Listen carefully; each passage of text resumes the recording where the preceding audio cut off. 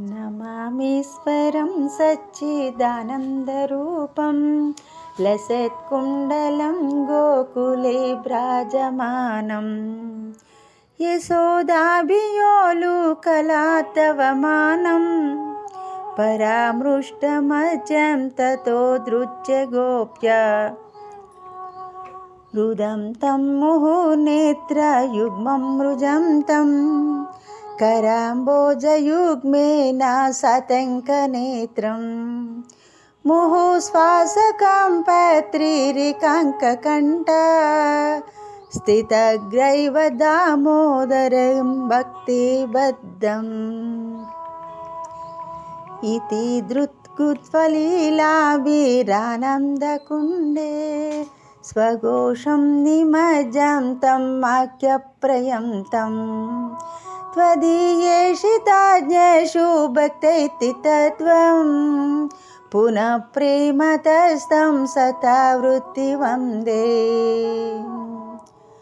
वरं देवमोक्षं न मोक्षावधिं वा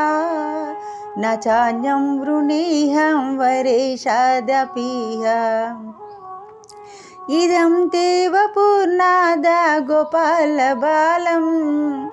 सदा मे मनस्याविरस्तां किमन्यै इदं ते मुकाम्बोजमच्यन्तनीलैर्वृतं कुन्तलैः स्निग्धरक्तैः च गोप्या मुहुचुम्बितं बिम्बारक्तादरं मे मनस्याविरास्तां नलं लक्षलाभै नमो देवदामोदरानन्त विष्णो प्रसीद प्रभो दुःखजलाब्धिमग्नं कृपादृष्टिपृष्ट्यातिदीनं बतानु गृहाणे समां आज्ञामे जक्षिदृश्यः कुबेरात्मजौ बद्धमुदैव यद्यत्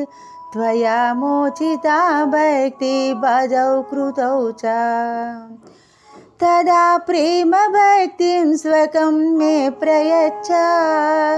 न मोक्षे ग्रहो मेऽस्ति दामोदरेह नमस्तेऽस्तु दाम्ने स्फुरद्दीप्तिदाम्ने त्वदीयोदरायादा विश्वस्य दाम्ने नमो राधिकायै त्वदीयप्रियायै नमो नमस्तलीलाय दिवाय तुभ्यं नमो राधिकायै त्वदीयप्रियायै नमो नमस्तलीलाय दिवाय तुभ्यं नमो राधिकायै त्वदीयप्रियायै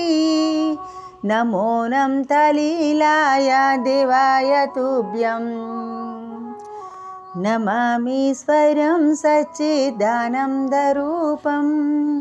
लसत्कुण्डलं गोकुले भ्राजमानं नमामीश्वरं सच्चिदानन्दरूपं लसत्कुण्डलं गोकुले भ्राजमानम्।